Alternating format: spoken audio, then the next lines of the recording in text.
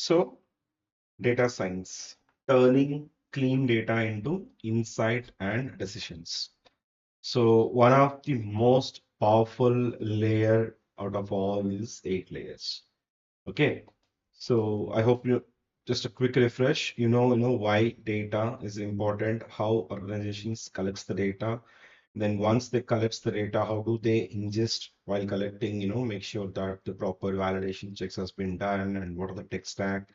Then once it is validated and they put it in a proper format for consumption, right? For any analytical purposes. So this is where actually the value, the data science, ML experts, or the AI experts, all these people, they create value for the business. Here, very important thing is wherein in the data engineering and data layer, right? So both the sides, you need to have a tech understanding, the tools and data understanding, and bit of business, right? Because the rules is driven by, driven or given by the business people. But wherein data science here, where you are solving different problems through data, you should have acumen, business acumen skill. This is very important. If you're working for an e-commerce company, today we are an example, Shopspeare, right? So in this example, you should have basic understanding of how this business works or functions. What are the different business dynamics? Who are the competitors? What sort of strategies are important? A basic business understanding is very, very important, right? So after this session, right, and after data science and MLDL, what I'll do is maybe after MLDL, I'll pick one example. Let's run both the use cases like regression or whatever, basic analytics, and then linear regression, classification, and then some deep learning, then NLP. I'll show you all the examples, worked out examples. You can practice the same thing. Okay, so just to conclude on, just to brief again, data science is an art of solving complex business problems through intelligence, right? So by using this data, whatever data you use here, plus you put your human intelligence and come up with some insights. This insight basically will help the business people to make decisions. What does this decision means? Like, okay, spend $100K in a campaign so that you will get some return on investment, or put some strategy, some discount, these sort of insight and decisions. So this layer is very, very important because you are generating insight to further to help decisions. Right, I think we already discussed about the difference between data engineering and data science. So data engineering is focusing on is data ready, wherein data science helps what is actually the story from the data. Right, so hope you are clear on these things. So data engineering, data science, machine learning is kind of part of data science, wherein it will tell. So suppose if you want to predict something, you use different algorithms and try to automate that decision. So that is actually machine learning. And this is the data science life cycle, right? So when we do worked out example, you get more clarity. But before that, try to understand. So what is the business question? Business question is, let's say decrease, there is a decrease in sale in electronics category. Ours is Shopspeare is e-commerce company, right? So in electronics department, last 3 months, there is a significant dip in sale. This is the business question, right? So why? What happened?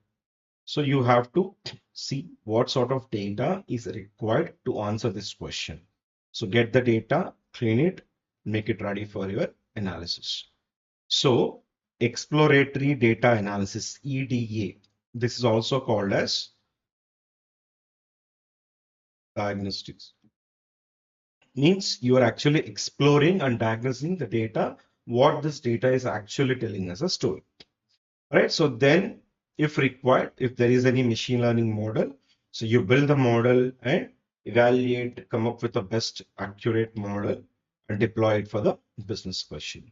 So in this example, maybe I would say that, so sales is decreasing. Identify the customer IDs who are actually churning. Churning means who were loyal in electronics, now they are not making any sale, purchase in electronics department.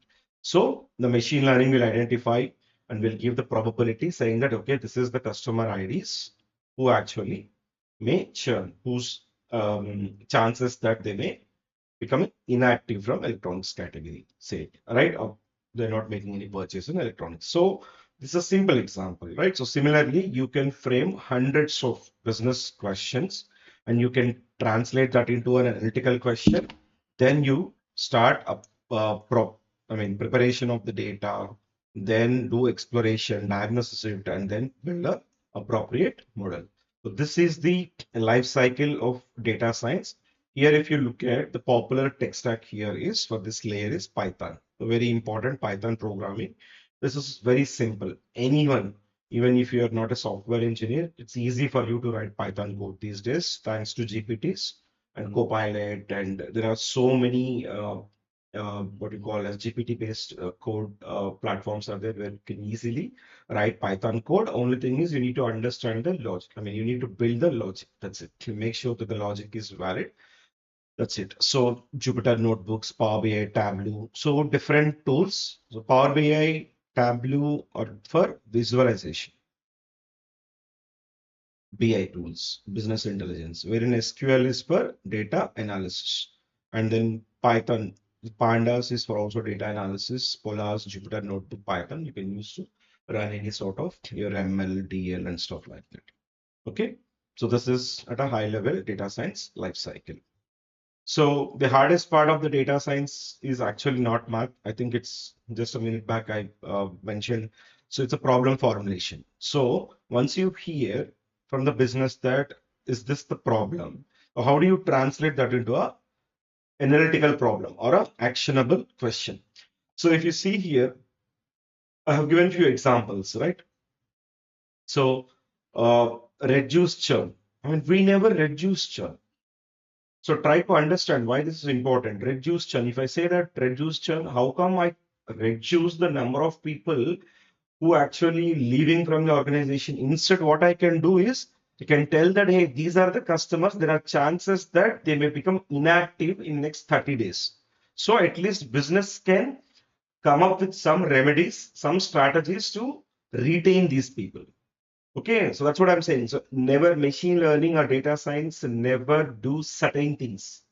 Okay, they only help you at a certain the probability to becoming in whatever uncertain problem or uncertain situation you have with certain probabilistic value, saying that okay, 90% I can say that this customer ID one will leave in next 30 days.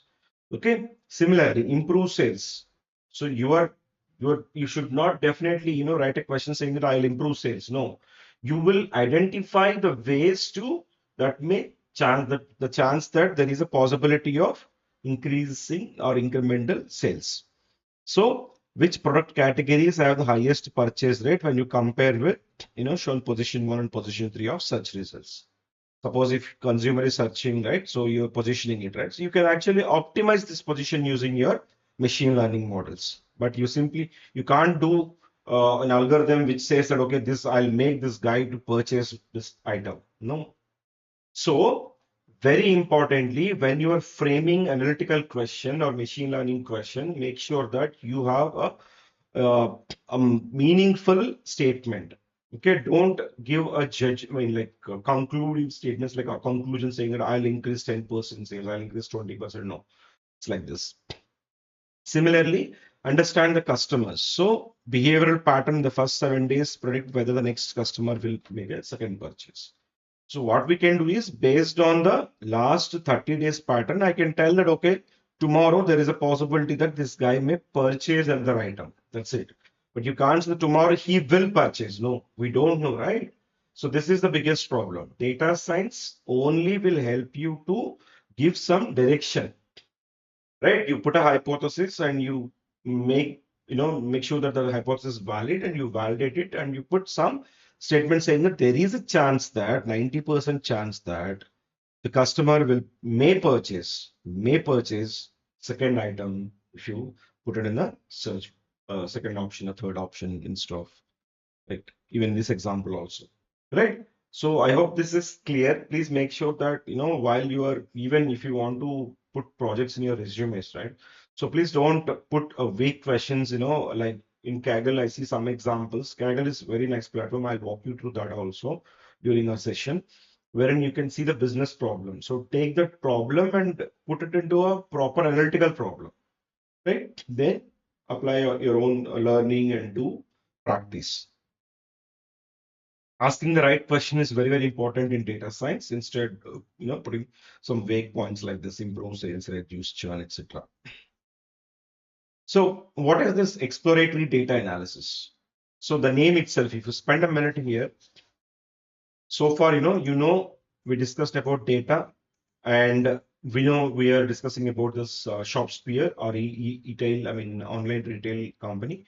So exploratory means you have to explore the data, understand the data. Suppose I have a simple table here, like customer ID and dollar sale, date, simple, 3 columns, that's it. So if I have customer ID, dollar sale, and date, what exploration means is, so some sort of, validation also, right? So of course, we do validation, cleaning, everything prior to EDA, but sometimes people combine both and say that, this is EDA. Identify how many consumer unique customer IDs exist. Customers are there. What is the average dollar sale, right? And how many customers made more than one purchase in a particular month, for example. So these sort of simple analysis you can do, right? So this is exploration, you are just exploring the data and giving some sort of observations to the business. Okay. Now, during the exploration, we may see some unusual stuff here. This is one is distribution, how the sale is actually distributed, maybe using histogram. See, these are all very basic. If anyone is completely new, please explore these topics. Very, very basics. I think we studied during our 10th, 11th standard. Okay. So histogram is one. This tells the distribution of the data. So how the distribution is, right? So that is distribution is one part. Outliers. What is outlier? Okay. For example, if you have your data like this, right? So this is a date 1, 2, 3, and so on up to 30 days. Let's say June 2026, 30 days of data you have. On y-axis, I'm putting dollar sale, right? So I have like this, if I plot as a line chart. This is a simple line chart. So what is happening here is, okay, day 1, day 2, day 3, and so on up to 30 days data I have. Suddenly there is some spike here. So why? So on average, these values are around $100, for example, and this is somewhere like $1,000. So this could be an outlier. You have to go back to the business and check if some promotional activity happened. Is this something expected or not? Because when something is, uniform, like suppose if it is like this, then there is a meaning, right? That makes sense, some spikes and all. But suddenly if you see a spike like this, that means something is wrong, unusual. So if there are any observations which are unusual, means not closer to the rest of the observation, then that is called as outlier. If you have the outlier, whatever machine learning or analytics you do, that interpretation may mislead the business. Okay. So I'll give a simple example. 4, 7, 9, 11, 12. So 1, 2, 3, 4, 5. 5 numbers I have. So 11, 20, 31, 43. So 43 divided by 5. This is equal to, so around 8.6 average. So the average of these 5 numbers is 8.6, right? Now I have numbers like this: 4, 7, 99, 11, and 12. This is an outlier. Means an observation which is not in the range of all other observations, right? Why outlier is dangerous is this simple example. If I ask you the average value 711, and this is 110, 121, 133, for example. 133.5 by this is equal to 26.5. So 8.6 and 26.5. Imagine this number is a variable x1. Okay, is number of consumers making a purchase for last 5 days in electronics category. So if this number is something unusual, you may think that, oh, last 5 days, 26 people have visited or made purchase. You plan your inventory like that. But this is actually not something real. Some unusual happened. So that is why EDA is very, very important. Explore, make sure that something is unusual. If you find something unusual, if it is some fraud signals, also an example, right? So before you start any analytical methods. So missing values. So now the way how I just explained, similarly, just think of the same example. This number is missed, right? In a series of column or X1, few numbers have been missed due to some reason, some data engineering pipeline reasons or data collection reasons, or whatever reasons. So what you do, if you calculate average, again, it misinterpret the business. Okay, the interpretation, maybe, may mislead the business while they make the decisions. So this outlier identification, and there are remedies, there are remedies. I'll discuss all these things in machine learning example. I'll show you if there are outliers, if there are missing values, how to handle, but try to understand how important this is. Okay. So if missing values exist more than 20%, let's say 20 or 30%, I would say, for any column, if greater than 30% observations are missing, you have to exclude, because even if you impute, there is no meaning for that column. But if it is less than 20-30%, then try to impute. Okay, impute means you are replacing that missing value with some other number.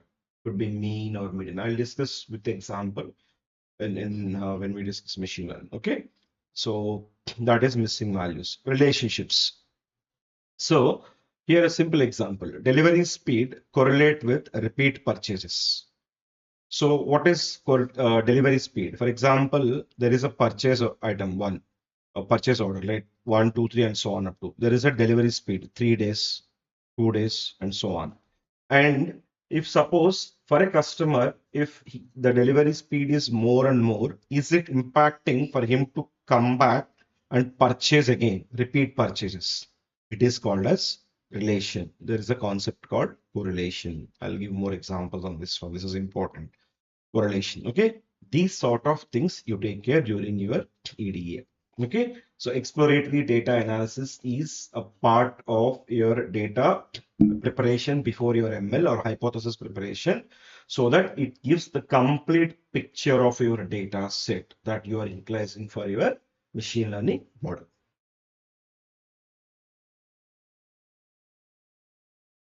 So statistics, these are basic things like central tendency is basically mean, median, and mode.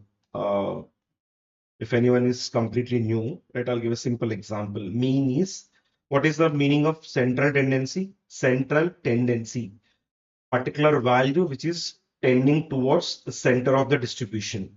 If I say my column x1 is equal to dollar sale, right? So you have a column like this. So 100, 150, 110, right? So like this, you have different numbers. So if I calculate average, this is called as mean. So this tells, instead of me representing all these observations, I can simply use that. Okay, on average, 150 is my sale for last 1 month, right? So median is the middle value. If you sort your data, whatever this column you have, if you sort in increasing order, right, the middle point is basically the median value, right? I'm sorry, just a second here. So this is your median. So sort in increasing order, then whatever value comes in, so median. Simple in Python, in one line, you get described method, you get everything in one line. but try to understand the functionality of each and every methods here. Okay, then the last one is mode. Mode is nothing but most frequently occurring number in a series of data. Which number is occurred most number of times, or more number of times, that is actually mode. Why we have these three different central tendency things, right? Because based on the data type, based on the data type you use, based on the data type and based on the distribution. Okay, based on the data type and based on the distribution, you have to use either mean or median. Okay, so I'll give example, a simple example. So suppose if before that, okay, let's finish this part also. The spread and shape, variance and standard deviation. So imagine this is your column, X1 sales, right? You have data like this. This is one example. And then there is one more example. You have data like this. There is one more you have. So if you look at this example and this is all the observations are very close to each other, mostly like a minor, variance. So the distance between the center of the observations and each of the observation from the center to the each of the observations is called as variance or standard deviation. So it tells you the how each of the observations are spread from the mean, the central value. Okay, if this is the case, if the spread is huge, the distribution, spread across the space, that means the variance is high. When you have this situation, your mean may not be a good measure of average, central tendency. Then you have to go with median. Okay, this is the simple. I'll show you when we run in Python, like how to identify, which measure is appropriate based on the distribution of the data. So whether it is mean or median, simple logic. If the standard deviation is nothing but the spread out values from the mean, the average distance between the mean and the other values is high, then you have to go with median. Standard deviation is low, mean is mean is greater than standard deviation, then you can use mean as a measure of central tendency. If your mean is lesser than your standard deviation, then go with median. I'm sorry, this one, median instead of mean. Okay, I'll definitely give an explanation again with the numbers, so you will understand in a better way. All right. So this is about the central tendency. You have measures like skewness, curtices, all basics are there. Skewed data, cutting, etc., etc. You can see. But whatever is required for ML purpose, I'll show you when we deal the data sets. Right. Okay. So this is one of my favorite topic and very, very, very important topic. I still see a lot of even experienced professionals also make mistakes on this one. Correlation versus causation. A very popular example in you search in Google any page, you get the same example, but I'll discuss in detail. Okay. So correlation means what? So suppose we discussed about one column, central tendency and everything. If you have multiple columns, right? So this is one variable, second, third, and so on, 100 variables. Like dollar sale, number of units purchased, something like this. This is X1 and X2. So when you want to see the relationship between these two, then that is correlation. If one increases, the others also will increase. If one increases, the others may decrease. If one decreases, the other may increase. Either ways is possible, right? Correlation may happen three times. If one variable increasing, the other variable may decrease, right? If one variable, sorry, X, one variable is decreasing, the other variable may increase, or there is no change also. That is no correlation. So why correlation is important? So correlation is important to understand relationship between two variables, and also if there is a cause and effect impact also, then there is a possibility of building a machine learning model. Okay, so causation, cause and effect. So ice cream sales and drowning rates both spike in summer. So they are correlated. But are they both are causation or cause and effect? No. Suppose summer, what is the reason? It's hot weather. So during the hot weather, people buy more ice creams. People love to eat ice cream, right? So the ice cream sales will obviously will go high in summer. Similarly, to avoid this hot weather, people go to beaches and do swim. So if more and more people are going for beaches and swimming, then definitely your drowning rates also will increase. So is ice cream sales and the swimming drowning, I mean the drowning rates, is there any relation between these two? Numerically, if you put a number, okay, let's say May is the peak summer, May 1, May 2, May 3, and so on up to May 30th, 1 month data, right? This is my X1. X2 is my drowning rate. Let's say in California, let's say California, one state, you take one state and take the number like, dollar so and so sale, right? And this is number of drowning rates. So like 10 people drowned and so on. If you calculate correlation, definitely you get some 0.68 or something, some positive correlation you will get. Does it means that these two, they are correlated numerically? If you apply a numerical function, mathematically, there's a correlation. But in business sense, is there any relationship? Is there any cause and effect, causation between these two? No. Okay. This is important. If you are building a regression model or any sort of model, the cause and effect. So if there is an effect, there should be a cause. If there is no cause, effect won't be meaningful. Okay. So hot weather is the reason both are increasing, but there is no relation technically, the cause and effect logic between these two columns. Right. Similarly, you can apply to our example Shopspeare also, right? Suppose if, let's say there's a simple example here. So customers who use mobile app have 3 times higher lifetime value than those who don't. So maybe people may conclude saying that, oh, really? If people are using mobile app, there is the lifetime value means they are with the Shopspeare for longer journey, a longer time. So push everyone to app. That is not the reality, right? What does it mean? One customer started onboarded, and after few months he liked the platform. Then he obviously will download the app. So there is a relationship, but that is not a cause and effect.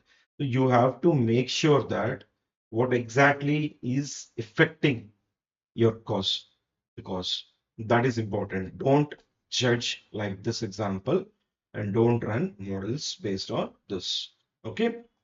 Always you have to validate, is this particular cause, the downloading app is affecting my incremental sale or affecting my loyal consumer base, right? So causation, cause and effect logic should work here. Correlation may, anything can be correlated, X1, X2, numerically they may correlate it. If your promotion discounts are increasing, right, obviously your sale will increase. Your sale, maybe your net profit may, slightly go down, but your sale will increase, right? Your discount percentage is increasing, your sale will increase. Your, what you call number of products that you're placing on your platform is increasing. Your spend time, the user spend time is also increases. The correlation is exists, but doesn't mean that one is affecting the other. No. Okay. So please be mindful. This is very, very, very important. When I interview people, a lot of times I see people build models without having this cause and effect logic. Okay. So that's about causation and correlation.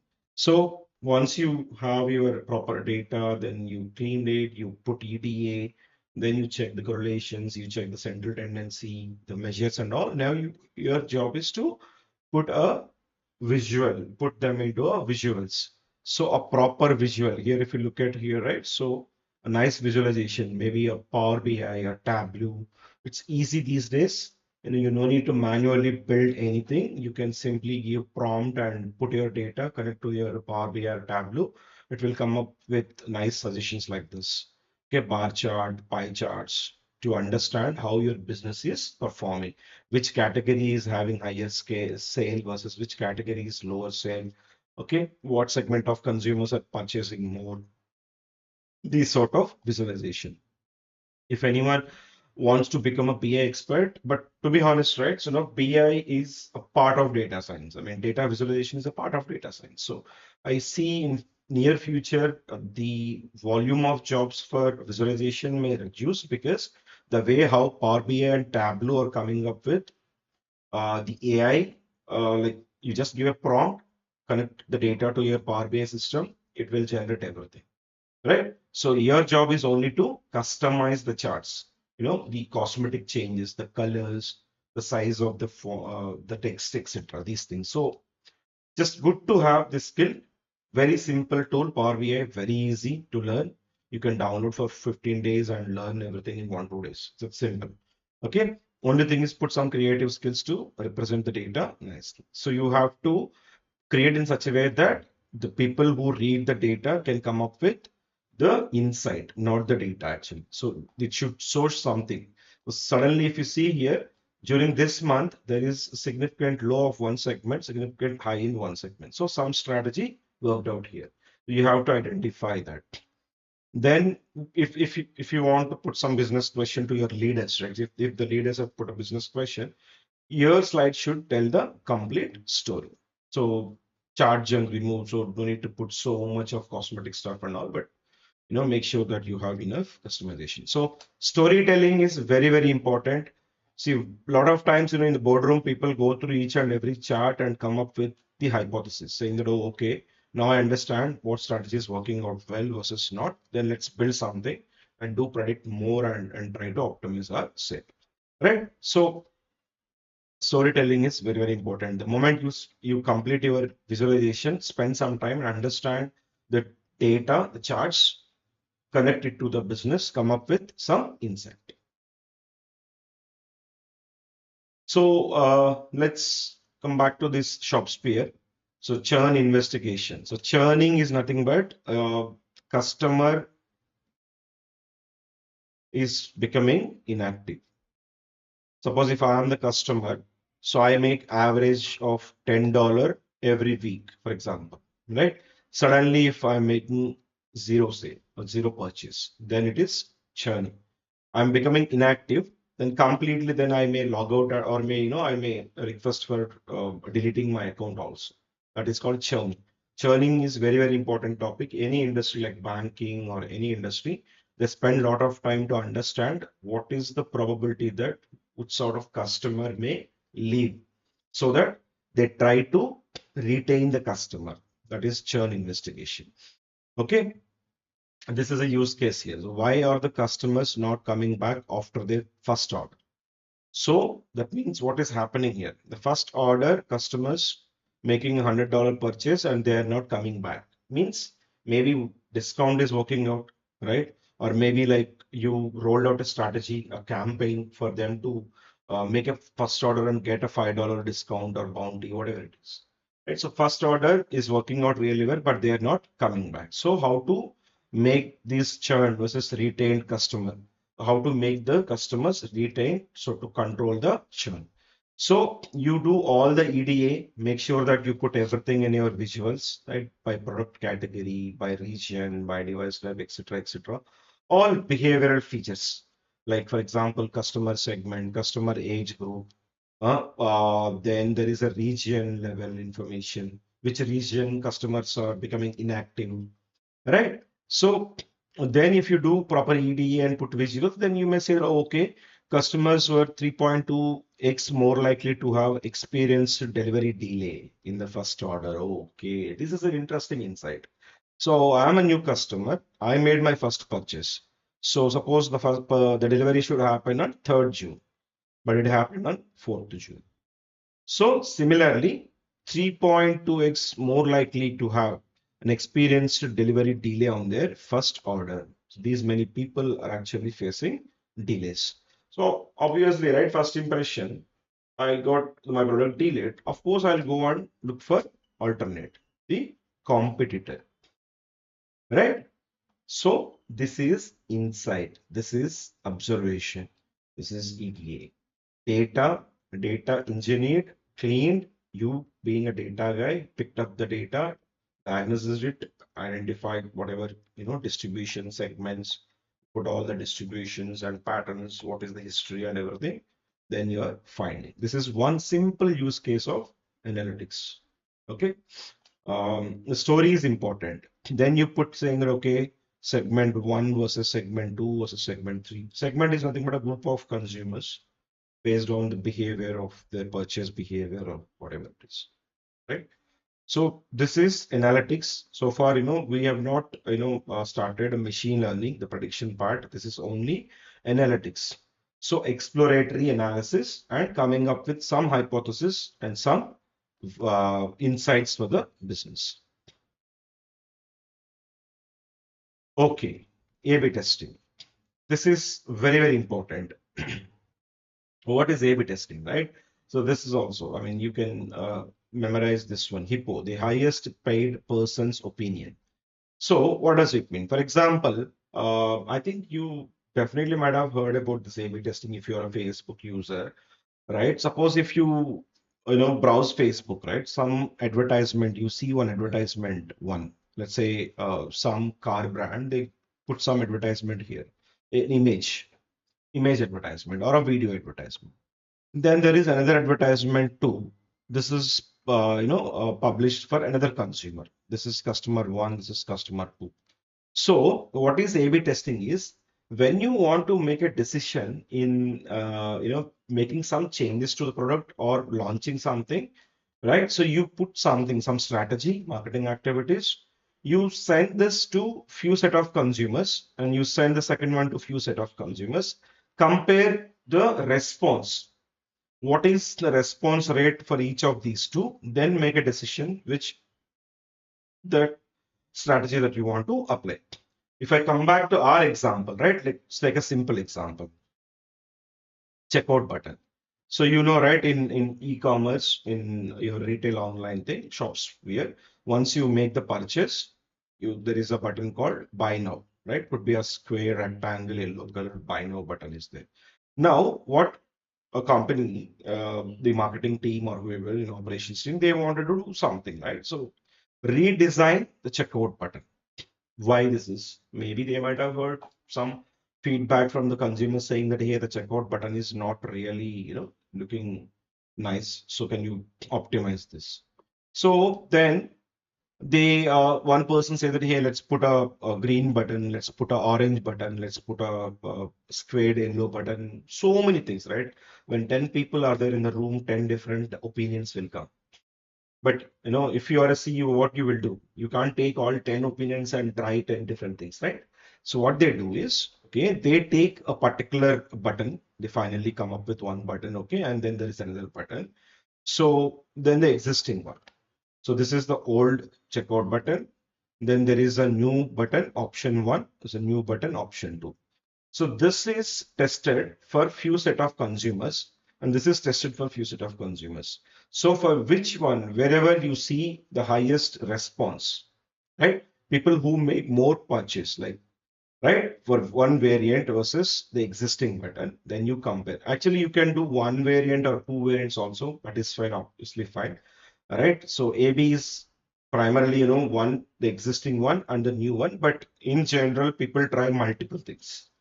Three, four different versions or varieties or variants they roll out and they see the response and they compare with the existing one. Right. So what is the result here? The 6% lift in checkout completion, the probability of less than 0.01, statistically significant, revenue impact 2.4 million impact. So what they're saying is variant B, whatever the new variant they rolled out for few users, right? 6% lift in checkout completion. So the new button is working well. This is A/B testing. There is a simple concept called, testing of hypothesis. t-test for means.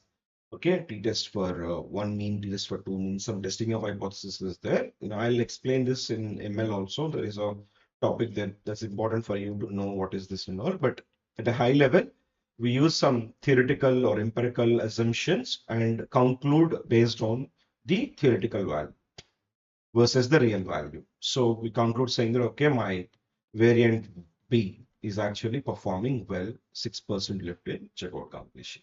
So that is A/B testing. Now you can relate this topic to causation.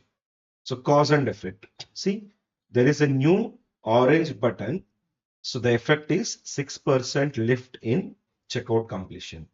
Okay, I hope now you are clear between causation and correlation. This is not correlation. This is maybe the correlation existed numerically, but the causation, the cause is the new, and the effect is this one, or vice versa. Okay, so you have to do relate and make sure there is a cause and effect logic exists between two before you go and do some testing and do some modeling. Okay. Okay, so I think third one, this is data science.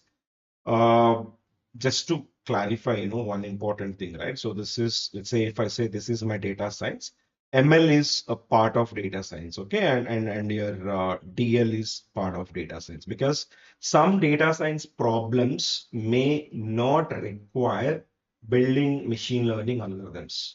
For example, this one, right? Shopspeare churn investigation. So here, what was our question? Just investigate why my churn is happening. Okay, where it is happening, what sort of customers are becoming inactive, right? So in this case, I really don't, I mean, no need to build any machine learning. So, but still it is a data science problem. Some data science problems say, hey, I rolled out a campaign last month, it failed. Can you please, come up with a probabilistic model to identify the top 100 consumers where the probability that they accept my offer campaign. So that's the problem. It's a data science problem, but ML exists. Okay, so you can think of like this. This is broader data science. So there is some problems may require ML, some problems may require DL, some may not require either ML or DL, but still some analytical methods like EDA, mean, median, mode, some visualization, right? So everything. Analytics comes under data science. Few years back, analytics, ML, everything is one, but people now got separated. Like, data science means only analytics and bit of ML if required. Data engineering and data layer we discussed. Yeah, this is the third layer. Now we will be getting into fourth one, machine learning.